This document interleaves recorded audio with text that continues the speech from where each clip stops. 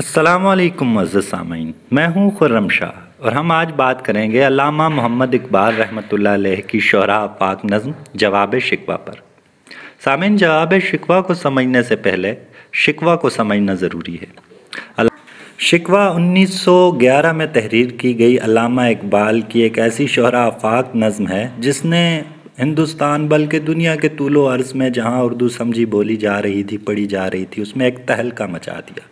شکوہ میں علامہ محمد اقبال نے اللہ تعالیٰ سے شکوہ کیا ہے، مسلمانوں کے عروج و زوال کی کہانی بیان کی ہے اور اس زوال جو مسلمانوں پر آیا ہے اس شکوے شکایت کو مسلمانوں کی زبانی اللہ کے آگے بیان کرنے کی کوشش کی ہے۔ تو یہ شکوہ ایک ایسی نظم ثابت ہوئی جس نے اردو بولنے والوں، سمجھنے والوں اور خاص کر مسلمانوں میں ایک عجیب سی آگ بھر دی۔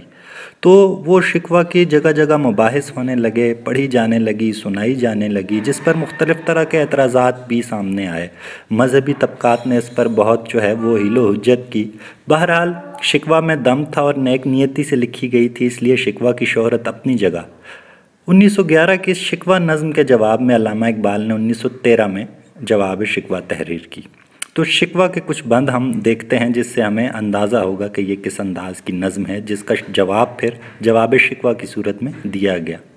شکوہ کا آغاز کچھ یوں ہوتا ہے: کیوں زیاں کار بنوں سود فراموش رہوں، فکر فردا نہ کروں محو غم دوش رہوں، نالے بلبل کے سنوں اور ہمتن گوش رہوں، ہم نوا میں بھی کوئی گل ہوں کہ خاموش رہوں، جرت آموز میری تاب سخن ہے مجھ کو، شکوہ اللہ سے خاکم بدہن ہے مجھ کو۔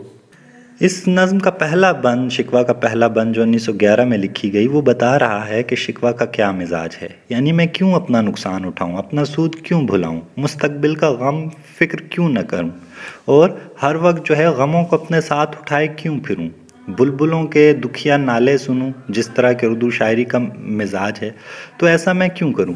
شاعر کہتا ہے میں کوئی پھول نہیں ہوں کہ میں چپ رہوں اور اپنی بربادی دیکھتا رہوں، مجھے بولنے کا ہنر آتا ہے اور مجھ میں جرت بھی ہے، اور میرے منہ میں خاکم بدہن کہ اللہ سے صحیح لیکن مجھے شکوہ ہے کہ اللہ نے ہمیں چھوڑ دیا، ہم جو اللہ کی مخلوق تھے، اللہ کے لوگ تھے، اللہ کے مسلمان تھے، اس کے لیے تلوار اٹھائے پھرتے تھے۔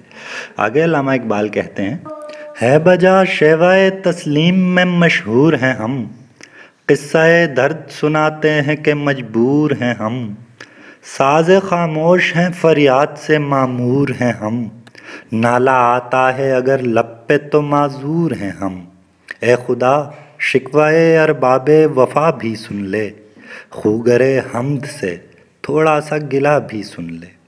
اس بند کا مزاج بھی بتا رہا ہے، شاعر کہہ رہا ہے مسلمانوں کو، ایمان والوں کا اپنا آپ جتا رہا ہے کہ ہم تیری تسلیم، تیری رضا کی خاطر مشہور ہیں، کہ ہم مسلمان اللہ کی خاطر سب کچھ کرنے پر تیار ہوتے ہیں، لیکن شاعر کہتا ہے کہ اب ہم اپنے درد وہ سنانے پر مجبور ہو گئے ہیں، ہم بالکل ساز خاموش کی طرح ہیں جس میں فریاد بھری ہوئی ہے، اور اگر ہمارے رونا دھونا منہ پر لب پر آتا ہے تو یہ ہماری معذوری ہے۔ شاعر چاہتا ہے کہ جو تیرے حمد ثنا ہیں، جنہوں نے تمام عمر تیرا نام لیا، تیرے نام کو لے کر پوری دنیا میں پھرے، اب تو ان سے تھوڑا سا شکوہ بھی سن لے، حمد والوں سے گلہ بھی سن لے۔ ایک اور بند ملاحظہ ہو، اقبال کہتے ہیں کہ ہم سے پہلے تھا عجب تیرے جہاں کا منظر، کہیں مسجود تھے پتھر کہیں معبود شجر، خوگرے پیکرے محسوس تھی انسان کی نظر، مانتا پھر کوئی اندیکھے خدا کو کیوں کر، تجھ کو معلوم ہے لیتا تھا کوئی نام تیرا، قوت بازوئے مسلم نے کیا کام تیرا۔ تو اندازہ ہو رہا ہے کہ وہی جو مسلمانوں نے اللہ کا کام کیا، اللہ کا نام لے کر، تو اس کا اظہار کر رہا ہے کہ پھر بھی ہم تباہ حال ہو رہے ہیں، ہم نے تیرے کام کی، پوری دنیا میں لوگ تھے، ایرانی تھے، یہودی نصرانی تھے، لیکن اللہ کی خاطر تلوار تو مسلمانوں نے اٹھائی۔ بس رہے تھے یہیں سلجوق بھی تو رانی بھی، اہل چین میں، ایران میں ساسانی بھی، اسی معمورے میں آباد تھے یونانی بھی، اسی دنیا میں یہودی بھی تھے نصرانی بھی، پر تیرے نام پہ تلوار اٹھائی کس نے، بات جو بگڑی ہوئی تھی وہ بنائی کس نے۔ صفحہ دہر سے باطل کو مٹایا ہم نے، نوئے انسان کو غلامی سے چھڑایا ہم نے، تیرے کعبے کو جبینوں سے بسایا ہم نے، تیرے قرآن کو سینوں سے لگایا ہم نے، پھر بھی ہم سے یہ گلہ ہے کہ وفادار نہیں، ہم وفادار نہیں، تو بھی تو دلدار نہیں۔ یہاں شکوہ اپنے عروج پر اس بند میں دکھائی دیتا ہے، اور یہی وہ انداز ہے جو علامہ اقبال نے شکوہ میں اختیار کیا۔ اسی نظم کی 1911 کے بعد 1913 میں جب علامہ اقبال نے شکوہ کا جواب شکوہ کی صورت میں لکھا تو انہی باتوں کا جواب گویا غیب کی طرف سے یعنی اللہ کی طرف سے کیا گیا۔ تو جواب شکوہ کا انداز ہمیں سمجھ آ جائے گا جب ہم شکوہ کو سمجھ جائیں گے۔ تو آغاز کرتے ہیں جواب شکوہ کا۔ جواب شکوہ کے آغاز سے پہلے اس بات کو ذہن میں رکھنا ہے کہ جب شکوہ آسمان تک پہنچ گیا تو کائنات کی مختلف چیزوں نے بھی اس شکوہ کو سنا، یعنی جواب شکوہ کا ایسا انداز ہے۔ اور پہلے بند میں شکوہ کا حوالہ دیا گیا، دوسرے بند میں کائنات کی مختلف چیزیں شکوہ سن کر اپنے خیالات کا اظہار کرتی ہیں، اگلے ایک دو بند ایسے ہیں جن میں فرشتے اپنا اظہار کرتے ہیں۔ تو اس طرح ہمیں چیز کو سمجھنے میں آسانی رہے گی۔ اب شکوہ کا کیسے پہلے بند میں اظہار کیا کہ دل سے جو بات نکلتی ہے اثر رکھتی ہے، پر نہیں طاقت پرواز مگر رکھتی ہے، قدسی الاصل ہے رفعت پہ نظر رکھتی ہے، خاک سے اٹھتی ہے گردوں پہ گزر رکھتی ہے، عشق تھا فتنہ گرو سرکش و چالاک میرا، آسماں چیر گیا نالہ بے باک میرا۔ گویا اس چیز کا اظہار کیا گیا کہ جو شکوہ نظم تھی یا شکوہ اللہ سے کیا گیا تھا وہ دل سے نکلی ہوئی بات تھی، اور دل سے نکلی بات اثر رکھتی ہے، اصل میں وہ پاک ہوتی ہے اور اونچائیوں پر نظر رکھتی ہے، زمین سے اٹھتی ہے دل سے نکلی بات اور آسمانوں پر گزر رکھتی ہے۔ شاعر کہتا ہے کہ میرا عشق فتنہ گر اور چالاک تھا، اور میرا رونا دھونا، میرا اس بے چینی سے مسلمانوں کے لیے جو شکوہ کرنا تھا وہ آسمانوں کو چیر کر آسمانوں کے پار چلا گیا، کیونکہ میری بات کے پر نہیں تھے مگر وہ پھر بھی اڑ سکتی تھی۔ پیر گردوں بزرگ سیارے یعنی زحل کو کہا جاتا ہے، رضوان جنت کا دربان ہے۔ پیر گردوں نے کہا سن کے کہیں ہے کوئی، بولے سیارے سر عرش بری ہے کوئی، چاند کہتا تھا نہیں اہل زمیں ہے کوئی، کہکشاں کہتی تھی پوشیدہ یہیں ہے کوئی، کچھ جو سمجھا میرے شکوے کو تو رضوان سمجھا، مجھے جنت سے نکالا ہوا انسان سمجھا۔ گویا باقی چیزوں نے بھی اپنا اظہار کیا، زحل نے کچھ کہا، چاند نے کہا نہیں زمین والا کوئی ہے، چاند جانتا ہے زمین والوں کو، مگر بہترین جو سمجھنے والا تھا وہ رضوان تھا، کہ جس نے جان لیا کہ یہ وہی شخص ہے، وہی آدم اور حوا والا واقعے کی طرف اشارہ ہے، تو وہ گواہ تھا، اس نے آدم کو جانتا ہے، اس لیے وہ سمجھ گیا۔ گویا یہ خاکی ہے، آدم ہے۔ فرشتوں نے جس طرح کا اظہار کیا وہ ملاحظہ کیجئے کہ تھی فرشتوں کو بھی حیرت کہ یہ آواز ہے کیا، عرش والوں پہ بھی کھلتا نہیں یہ راز ہے کیا، تاثر عرش بھی انسان کی تگ و تاز ہے کیا، آ گئی خاک کی چٹکی کو بھی پرواز ہے کیا، غافل آداب سے سکان زمیں کیسے ہیں، شوخ و گستاخ یہ پستی کے مکیں کیسے ہیں۔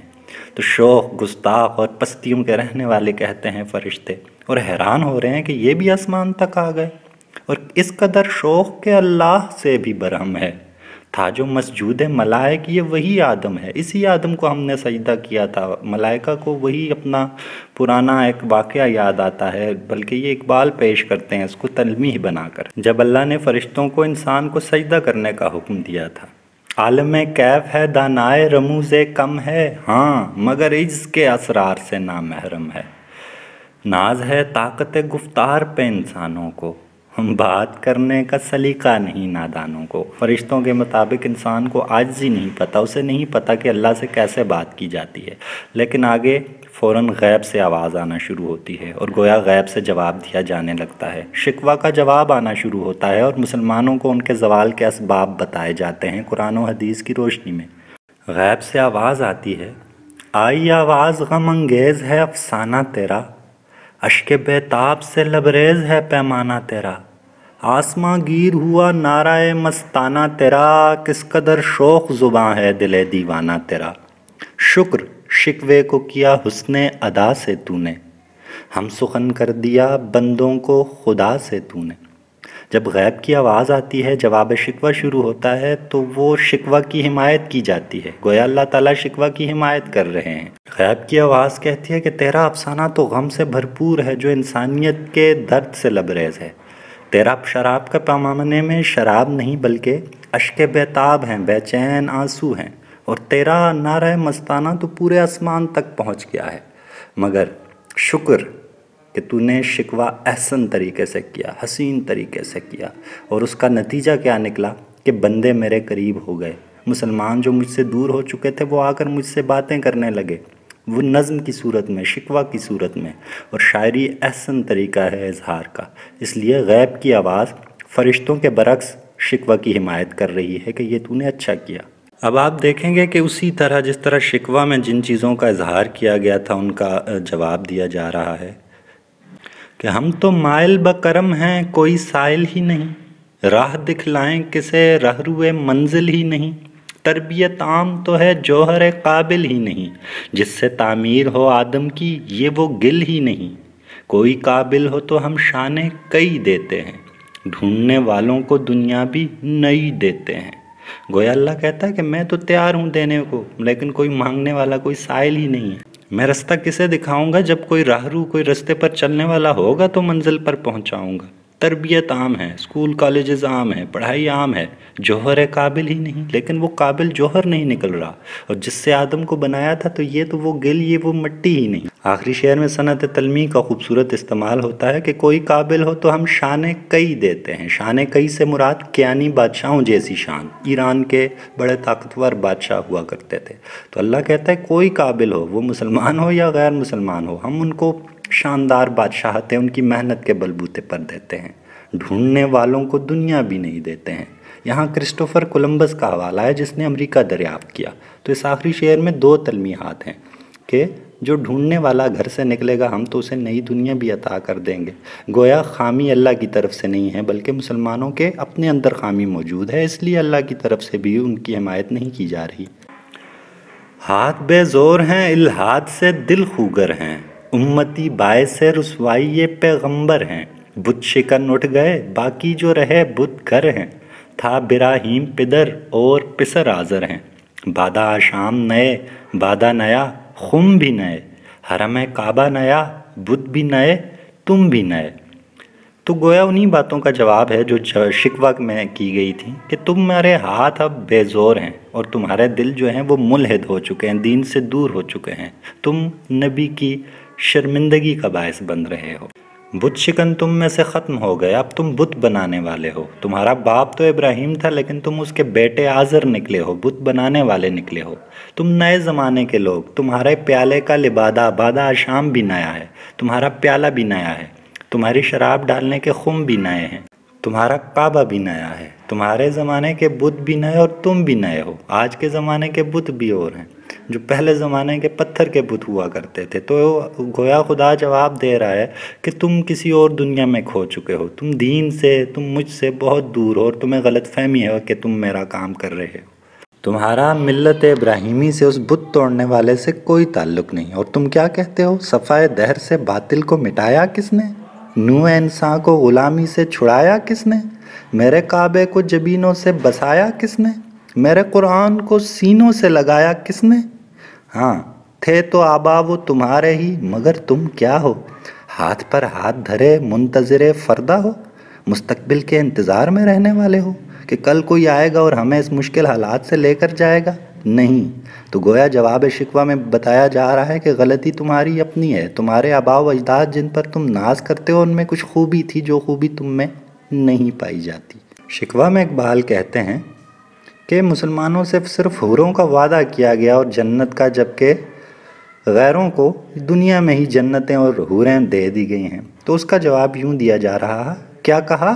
بہرے مسلمان ہے فقط وعدہ حور، شکوہ بے جا بھی کرے کوئی تو لازم ہے شعور۔